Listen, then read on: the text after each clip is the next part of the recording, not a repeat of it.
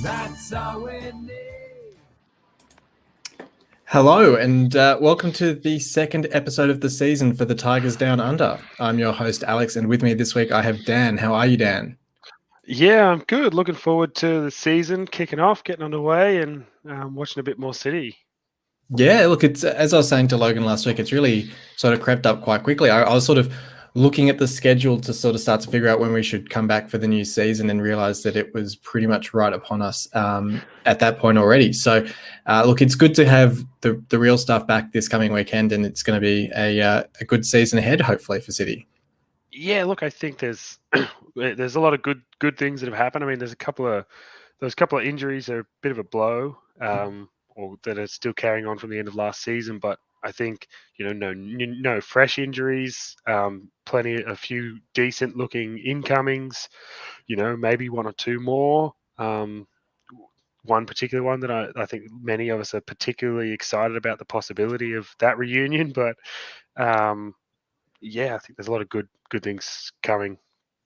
Absolutely. Well, look, so we did have our final two preseason games over the last week. We had a loss to Sunderland 2-1, where you'd probably say that was essentially our first 11 for the coming weekend, with Ingram in goal, Coyle, Greaves, and Jones at the back, as well as Emmanuel at left back, and I'll ask you about that in a second. But then we had also Smallwood and Cannon sort of anchoring the midfield with Doherty, and then Longman, Magennis, and KLP up front. I guess the big talking point out of this game and that I sort of wanted to discuss was Emmanuel at left back. And I did sort of wonder, and I think Logan might have touched on it last week as well, whether we would toy with somehow getting Coyle and Emmanuel on the pitch at the same time, especially at the moment with Elder out injured. How do you sort of feel about that decision? I don't know, because we didn't. I swear there was it might have happened once or twice but not for very long. Yeah, last season. I almost feel like it was Coyle who went to left back last season. Actually, I might be misremembering, but no, I think you're right. I think he did go left last. Didn't? Well, it might have even been the game where Elder got injured. I'm so confused. Didn't Coyle? Did he start in left back against Sunderland? I think he might. Yeah, and I think that's what I thought as well. Time. Yeah, that's what I thought as well. So they might have. So maybe they were just trying to figure out who was better, who's going to perform better on that side, or whatever. I'm not sure, or they just noticed something that Emmanuel could exploit with his pace and physicality, or vice versa, or something that they needed a stronger defensive position on the right or whatever, and they switched him around for maybe that reason. But and I guess it probably worked because Coyle ended up giving the assist for the goal for Magennis as well. So maybe it was a bit of a tactical masterclass. Perhaps McCann's at it again. But I don't know if it makes much difference. They both seem that they can play either side. I guess the only real thing it highlights is that Fleming's not going to be the left back to step in to deputise for Elder while he's out. So, but I think he's still there or thereabouts. So he may step in if this is how McCann goes on the weekend and it doesn't work. Then perhaps Fleming's there. He may come in afterwards anyway. Yeah, certainly. And look, after we talk about the Preston game in a little bit, we do have the League Cup. I think it is, League Cup first round against Wigan, where if Fleming's not in the side against Preston, it may well be that he'll get that chance at left back in the Cup game. And look, I think as with most seasons, having that Cup fixture so early in the season does give that opportunity that the players who aren't in the starting 11 in the league will still get a chance to show to make their case for getting into the side. So. Look, it'll be interesting to see which way we go for our left back position against Preston, but I think everyone's going to get a decent chance to show themselves over the next 7 days. The other preseason game was against Man United's under-23s, captained, of course, by our own Super Paul McShane. So there was that image that emerged of it was one of those sort of out of context Hull City images where you wouldn't really expect to ever have seen it pop up as a new image of McShane in his United kit and Huddleston in his City kit, and it was one for nostalgia, I suspect. But to add to the nostalgia, Huddleston did get on the score sheet. I joked in our chat, I was sort of hoping that he would mimic the hair cutting celebration after he scored, given his hair's getting quite long again. But also saw Tom Eaves on the score sheet as well in that one. So it was the first chance to get a look at Bernard, who'd signed on loan from United as well, who we'll talk about in a second. But I guess, as we're sort of alluding to from the Sunderland game, this was largely our second string side, but players that showed a bit of promise. And of course, as you alluded to, the potential signing of Huddleston in there.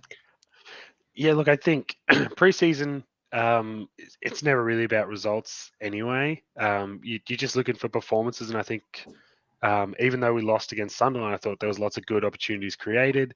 And I think you also take that preseason win against United's under-23s in context as well. Win's nice, and it's good to see, Huddleston get on the score sheet. It was good to see Eaves get on the score sheet. Hopefully he'll start off with a bit of confidence this season. But at the end of the day, to be fair, we played a lot of kids as well. So,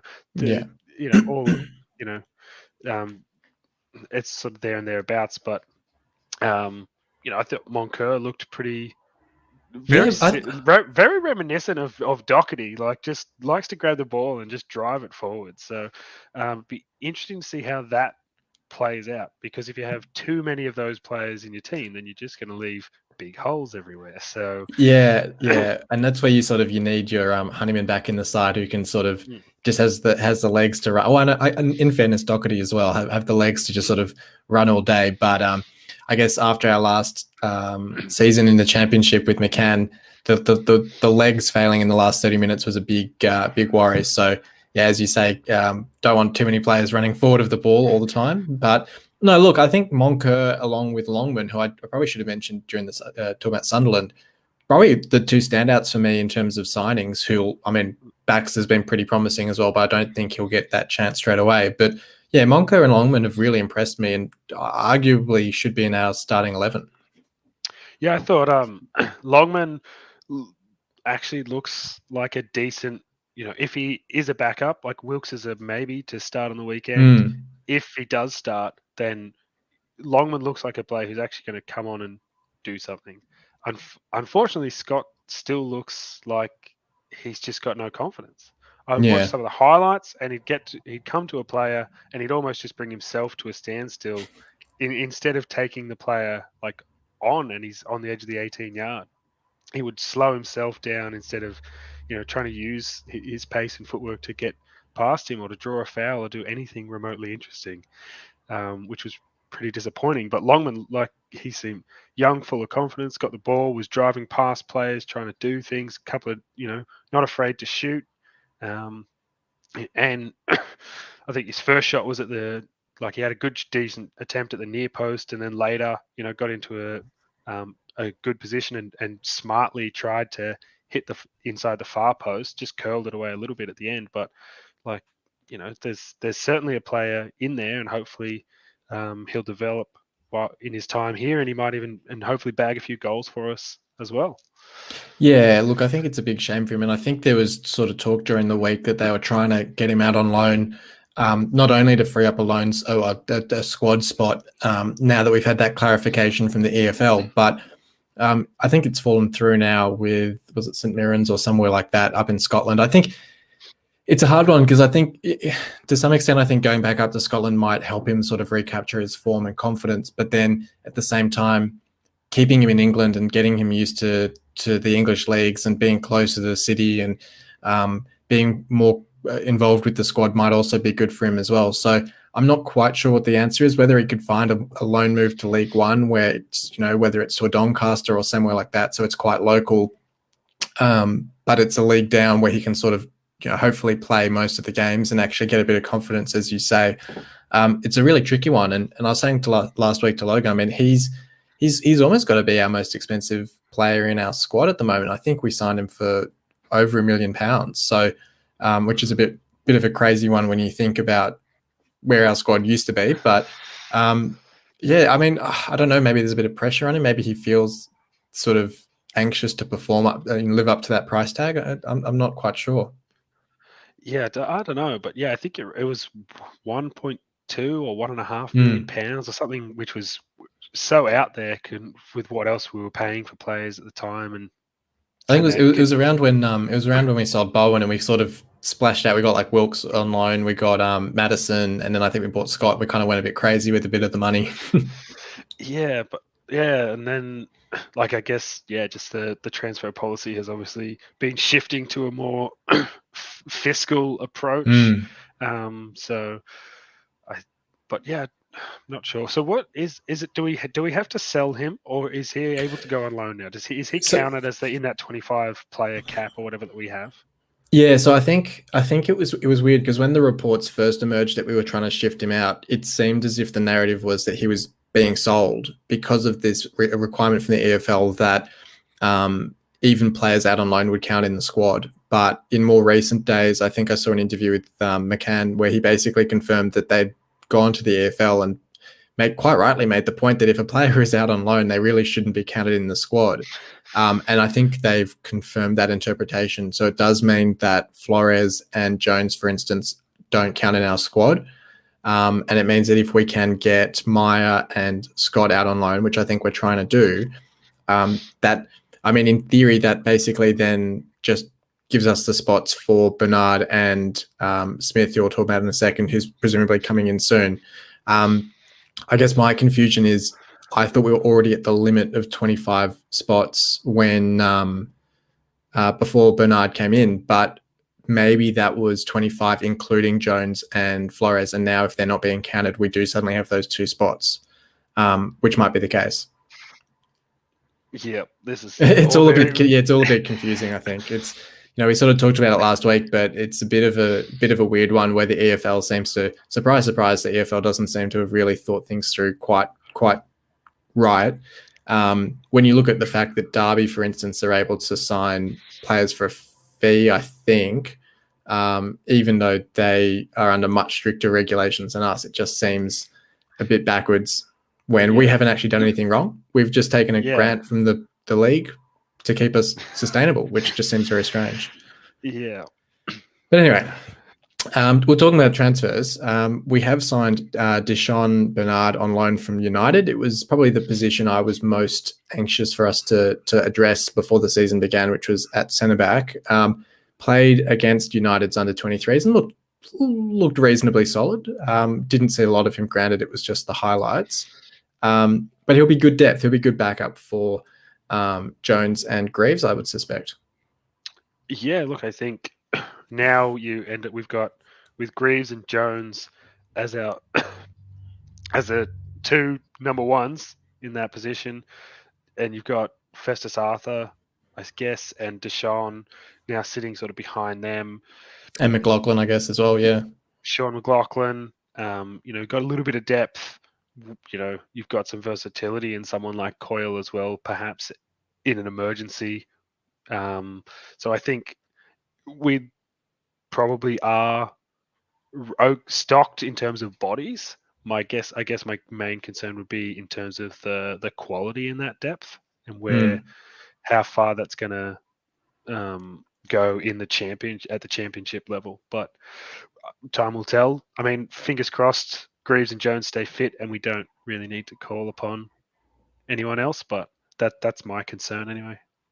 I mean, it is funny to think that essentially our centre back pairing last time we were in the championship was Device and Burke, and they've both departed the club. Granted, they were the 2 centre backs there when we were leaking a lot of goals in the second half of that season. So it's not as if they were setting the house on fire in their time at the back last time in the championship. But in saying that, Greaves is unproven at this level. Theoretically, I mean, so is Jones to an extent. So we're kind of coming in with an unproven championship level centre back pairing. I think our fullbacks feel a lot more solid with Elder and Coyle when fit. But yeah, centre back's probably a bit of a worry. But then we've also got Matt Smith potentially joining from Man City on loan. I think there was the rumours that we were bringing in.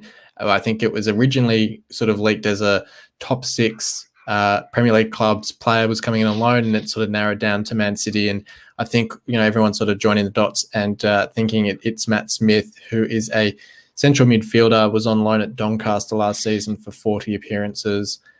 Previous loan spells at QPR and Charlton, where he'd made a couple of appearances as well. So does have a little bit of experience at championship level with QPR, which is good to see.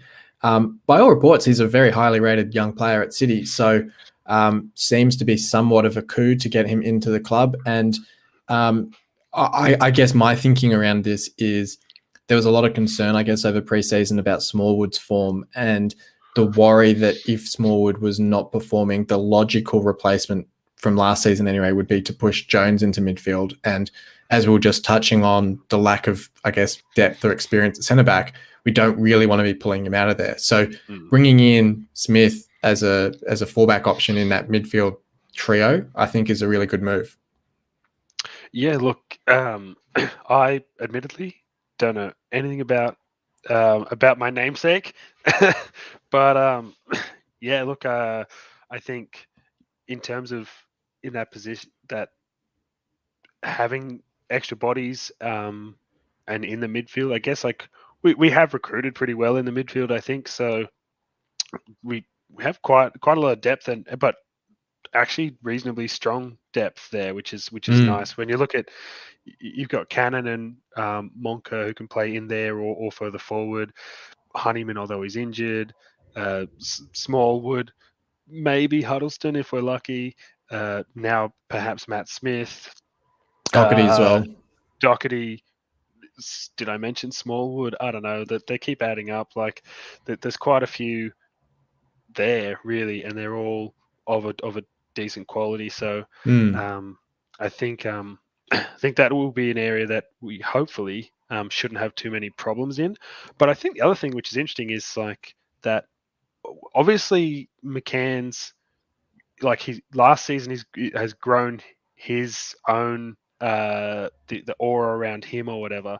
Like his profile has grown not just among the fan base, but obviously amongst some of the other clubs and other managers and things that they're now that Man City, Man United, some of these bigger clubs are willing to send loan players to us again, because it didn't seem like we were a place that they would, the last couple of seasons, that they would actually want to send their young players to.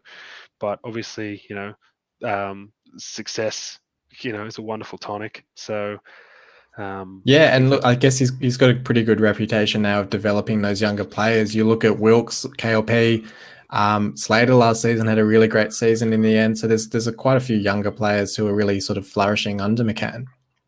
Yeah, actually, Slater. That's another one I was thinking about, because that's still like maybe yet to eventuate. Well, yeah, I was going to say, I mean, it's a bit of a strange one because Smith to me is almost, and to be honest, like you, I don't know a lot about Smith, so I don't know quite how similar he is to Slater, but the vibe just feels to me that Smith is almost like the alternative to Slater, where it's that young sort of Premier League-ish sort of player coming in as initially a depth player, but then potentially over the season could develop into a first 11 player.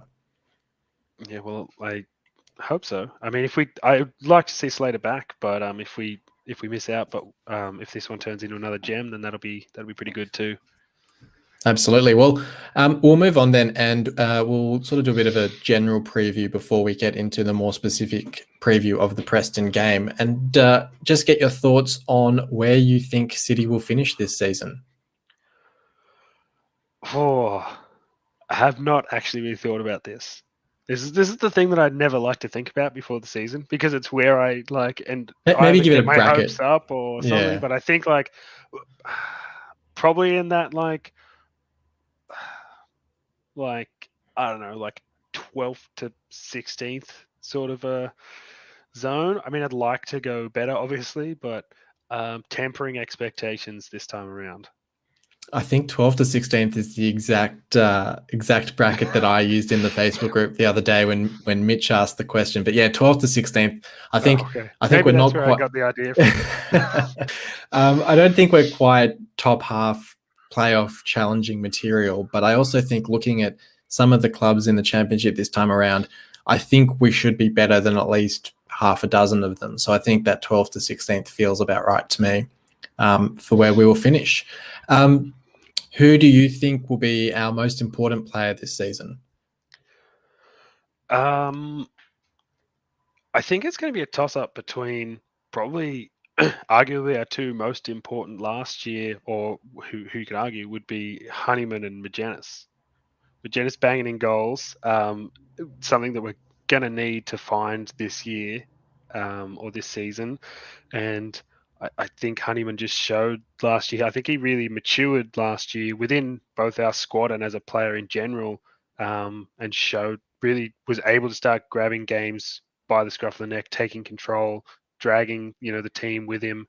And I think once he comes back, he'll be a very, very important player for us.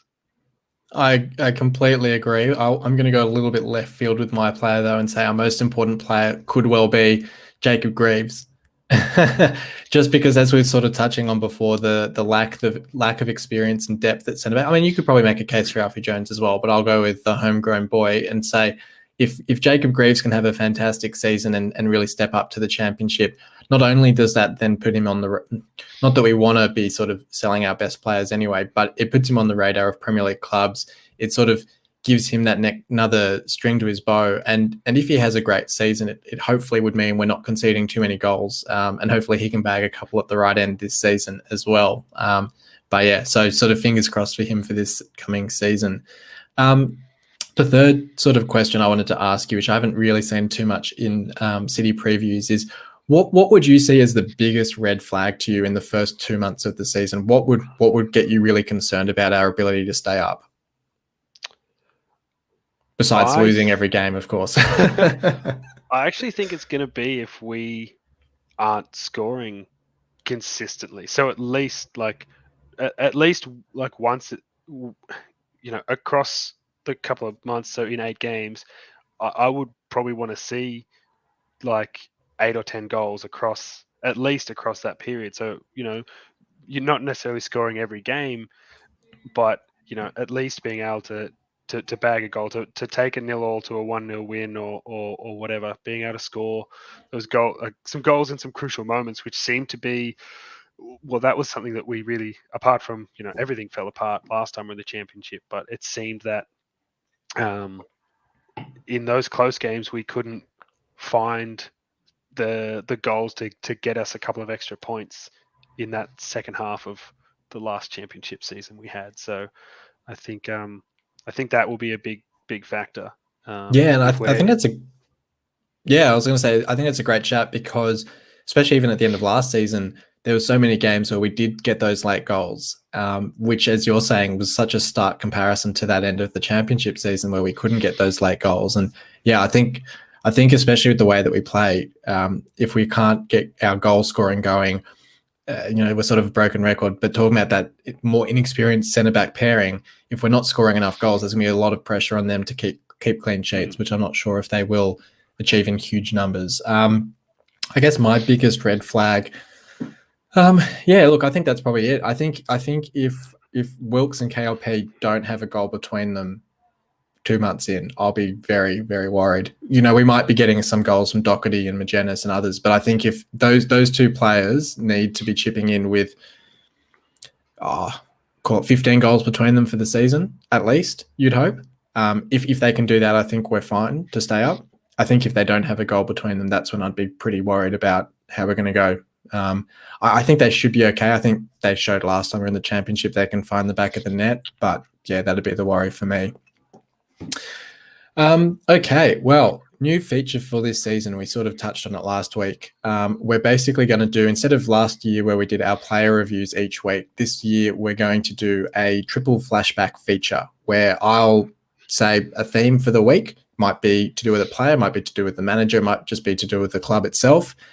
I'll give my guest of the week the chance to give his guesses for what he thinks the answers are. I'll sort of guide us along so that we'll then talk about the real answers if there's any incorrect guesses. But we want to give the listeners a chance as well to see if they can figure out the answers to these. And because I almost guarantee there'll be incorrect guesses. Well, yeah, because it's the first week of the season, we thought we'd go with a pretty obvious one, I guess, to use for our first feature, and that is to talk about our last 3 opening day fixtures in the championship.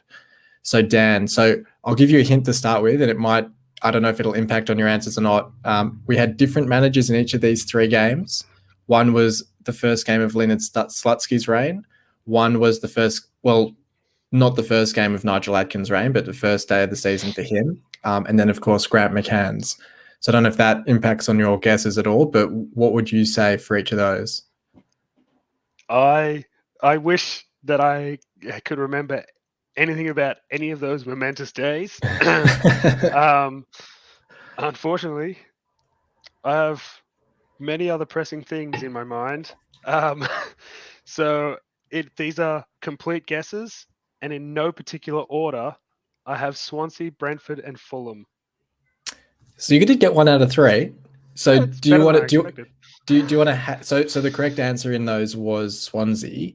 Do you want to hazard a guess as to which manager's opening day that was?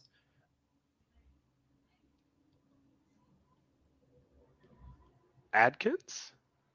No, actually it was Grant McCann's. Was it? Oh, okay. So the Swansea fixture was the game where Dan Batty scored after about 3 minutes, and we thought, oh, this is easy. We're going up. This is brilliant. And then in the 47th and 49th minutes, so right after halftime, they just went bang bang and took the lead. Players were sort of out on their feet in the second half, and we really struggled to limp over the line in a 2-1 loss under Grant McCann. Yeah, right. So the other 2 opening days were both against the same opponent. I sort of gave you a clue before we started, so they weren't derby fixtures for us, but they were certainly fixtures that were penciled in to the diary. Neither of them were a win. The first of these 2 fixtures, so the game under Leonard Slutsky, was actually the game where Bowen scored his first ever goal for us. So I don't know if that helps at all. Now I feel like a really shit fan. No, that's all right. So they were both against Aston Villa under Steve Bruce. Now you say it, I'm like, because his dad's a Villa fan or whatever, and he grew up and yeah, that's right. No, now I remember all the stories around it. Yeah, no, don't feel bad, because I did actually have to look this up. I was like, it's a really straightforward one. Last 3 opening day fixtures, like there was definitely one against Villa, which was, I could remember the Bowen game. I couldn't even remember who we played under Grant McCann. So yeah. I definitely had to look it up. But yeah, so we had the 1-1 draw against Aston Villa where Bowen scored his first goal with a really great finish to sort of earn us the draw. And then I guess it's a trend in our last 2, because against Swansea and against Aston Villa the second time, we took the lead through an Evandro goal, and then Elmo scored for them to give them the lead, and Hutton scored right at the end to give them a 3-1 win. I think so. The first one with Bowen scoring was an away game, and then Villa and Swansea have both been home games. Right. And there you go. Any sort of so does any sort of memories flood back to discuss about those games, or it's just opening days? Not even particular. I just like the only reason I picked Swansea is because we always seem to have them really early, and so I can remember we went Leicester, Swansea when we were in the Premier League. Our first season back in the Championship after our first relegation was against Swansea as well, actually. So that's a fair point. And so I was like, surely they're got to be there somewhere. Apart from that, then I had no idea. So it was just like absolute guesses. No, look, they're fair guesses, because I'm pretty sure. Yeah, I'm pretty sure we played Fulham pretty early in the season as well. Might have been. But I think I said to you before, I think we went on air, that I feel like we've never played. We never have like actual derby matches in the opening round, and we never seem to play the weakest sides in the division in the opening round. So I was like, it's somewhere in that middle. Sort of, we always seem to have pretty tough openings. Although I will say, I think it was Bruce's second season in the Championship. So when we got relegated, I think it was Huddersfield on the opening day, where like Akpom and Klukas scored. I think it was like the 2 new signings scored or something. But there you go. Yeah, generally, but yeah, we don't generally play like a Leeds or a anyone like that. Yeah, or Sheffield Wednesday or someone on the opening day. That's right. But yeah, so hopefully see how the listeners did. I'll tweet out afterwards to see if we can see what people's guesses were as they thought about that one. Some people might know all 3 off the top of their head, and some might have had. I'm going to get embarrassed. I'm going to be embarrassed by all of the listeners out there on Twitter just going, "How did he not know that?" Oh no, it's all in good fun, and yeah, so we'll try and do that each week.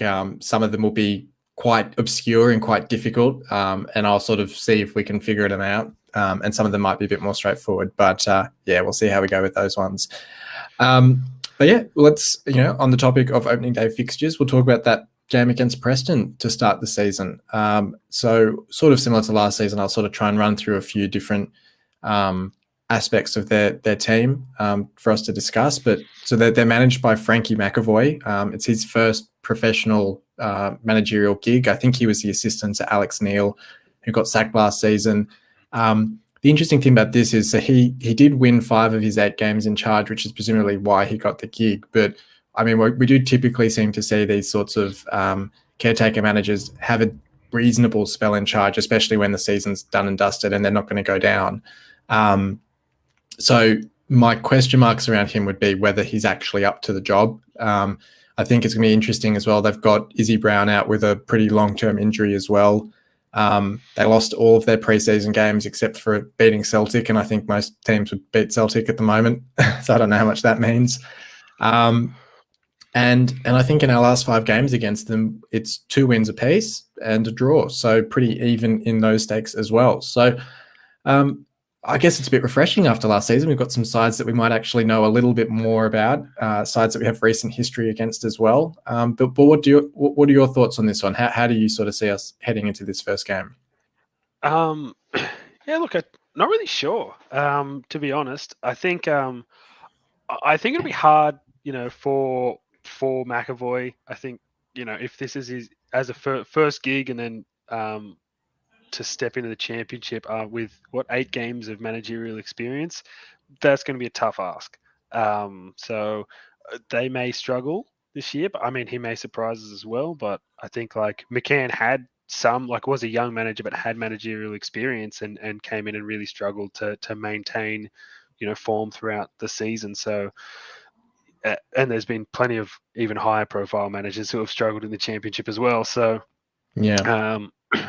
I think that'll be an interesting one to see how they go. But I think in terms of us, I don't know. I'd like to think I'd love to say that we'll win. I just don't know. I don't know. Maybe they'll turn it on now that the games matter. Just seemed like they were creating lots in the preseason, but not quite getting the final pass. So I think it might still take us a couple of weeks, a few games to sort of get those combinations operating at full capacity. But I'm sort of tipping just a 1-1 draw.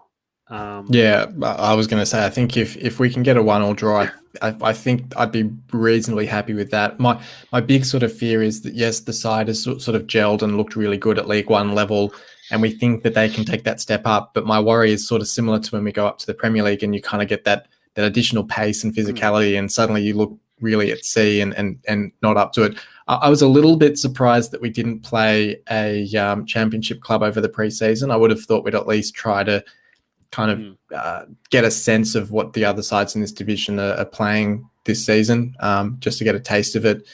So my big worry is probably if in the first 15, 20 minutes, we sort of look a bit overwhelmed and all at sea. I just hope we don't concede too early. I think that would be a big concern. But yeah, I think these results at Preston typically tend to be 2-1 to the home side. So if we can get a 1-1 draw, I'll probably count that as a win. But yeah, look, it's a good opportunity. I'm not too confident in Preston's strengths this season. I think they're definitely going to be down in the bottom quarter of the table. So they're a good opening day opponent in that sense, but it's almost like I'd probably say they're a good opponent in hindsight. If we win or get a draw, I'll say, oh, that was a good opening day fixture to have to give us a bit of confidence. If we lose 2 or 3-0, I'll say, oh, it was a terrible way to start the season. We should have played like a Fulham or a Sheffield United where that result was expected. But yeah, look, fingers crossed we can just get something out of this one.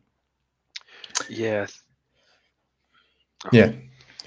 And then we also have the League Cup game against Wigan that we touched on before. I guess there's not a whole lot to say about this one. Wigan looking at a reasonably strong League One side this season, probably will be challenging for promotion there as well. But I guess as we sort of touched on before, this will probably just be a good opportunity for the anyone not picked in the first 11 for Preston to get a chance to start. Yeah, look, I think if Wilkes is fit for Preston, then it just means Longman gets an opportunity in the league to start in the cup, and almost vice versa. But then our 50 million midfielders, some. I was going to say, both Cannon gonna, or like there's. So I think I guess that we sort of touched on it before, the depth in the back line, that'll be the thing that we may sort of struggle with in those cup matches, having to pull, the either,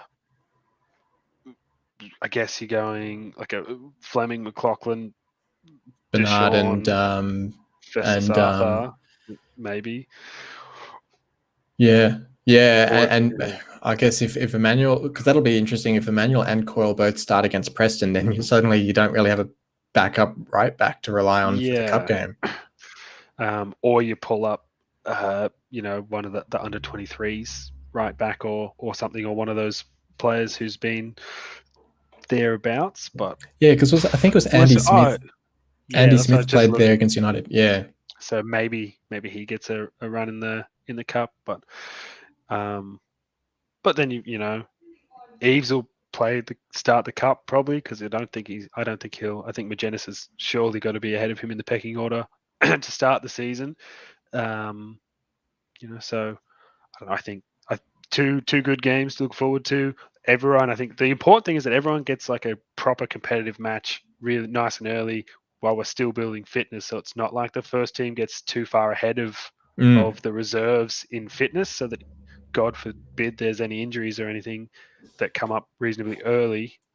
You don't have a player who's trying to, while everyone else has just got to match fitness and ready to go at 100%, that you don't have that one player sort of just lagging behind still a bit. So yeah, that's right. And I think it's going to be a really interesting month of the season or so, just opening a couple of weeks, because after the weekend game, we have QPR, who are meant to be quite strong, Fulham and Bournemouth, who are all obviously going to be quite strong this season, with Derby sort of in between that. So all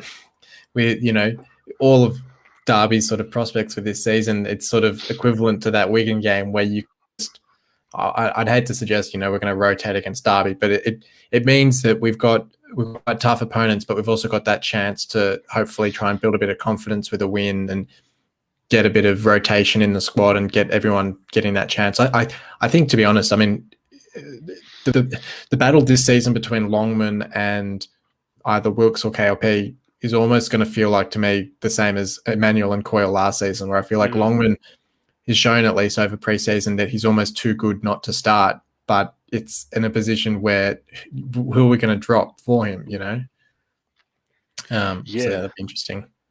It certainly will be. See how that one plays out. Absolutely. Well, thank you for joining me for this preview of the opening day, Dan.